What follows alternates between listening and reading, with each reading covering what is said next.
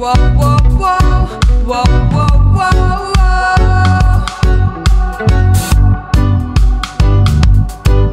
Wow, wow, wow, wow. Hello mga ka-idol, good evening. Ito na yung hinihintay namin, ang panganganak ng inahin namin na si Mikay. Alam nyo ba mga ka-idol, pag check namin, meron na kaming nakita na dalawa. Kaya ang naabutan namin is yung ito na yung pangatlo. Hindi namin na malaya na nanganak na pala siya. Kaya ito na yung nakita na namin yung dalawa na namamasyal na sa gilid ng inahin. Kaya nagmamadali na kaming pumunta sa likod.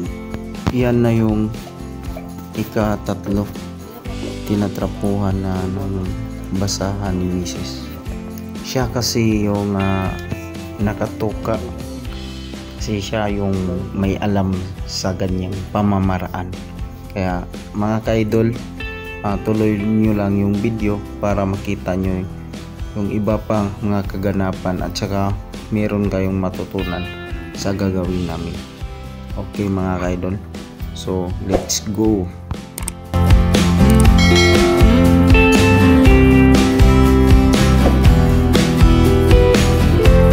Matapos na matrapuhan ng basahan, ngayon ganito ang paghawak sa biik, at saka kailangan natin silang putulan ng pusod nila kasi baka maapakan ng kapatid na. Ganyan lang mga ka-idol, ihitan nyo lang ng yung panali, tapos yan may kami, may pangputol sa puso. Yan, ganyan lang, di ba? Simple lang siya.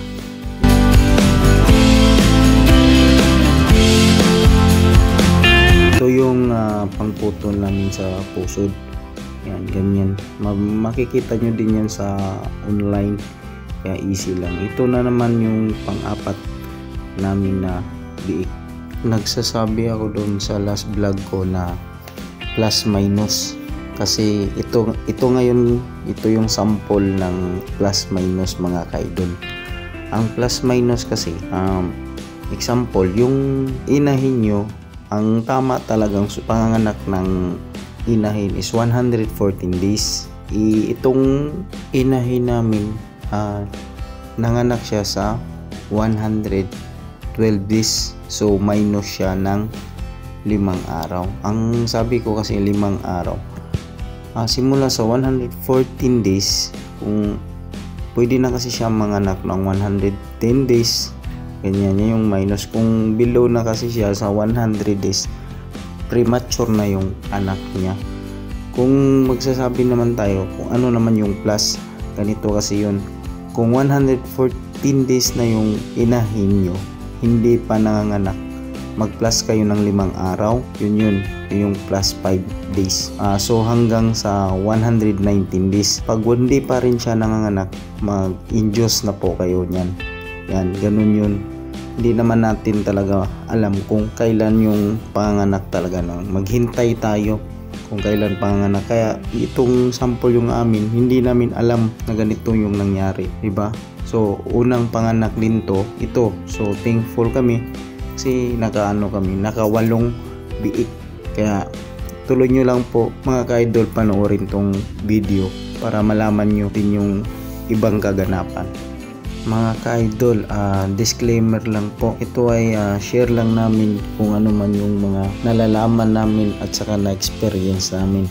Kung meron mga ka-idol dyan na master na sa mga ganitong pamamaraan, pwede naman kayo mag-comment dyan sa baba para malaman din namin, saka makakuha din kami ng idea sa inyo, sa mga viewers o sa mga subscriber namin. So tulungan lang po tayo. Okay mga ka-idol, God bless to all.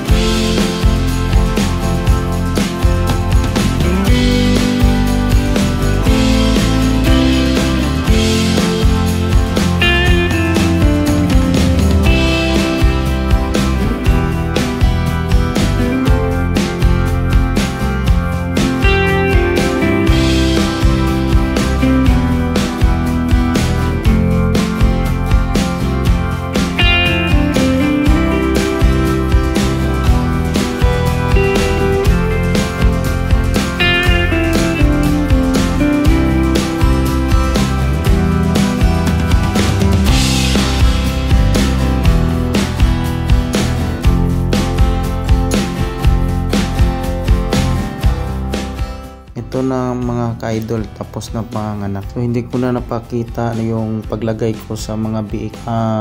Dito nga pala, kapag i-check nyo muna isa-isa, dandahan nyo po paglagay ng biik. Ipa-check nyo muna doon sa uluhan ng inahin nyo. Maglagay kayo ng isa para kung kakagatin ba niya o hindi yung biik. So tapos kung hindi man, so ilagay nyo na padandahan isa-isa, ilagay nyo yung biik dun. Ganun mga ka-idol. So bye bye.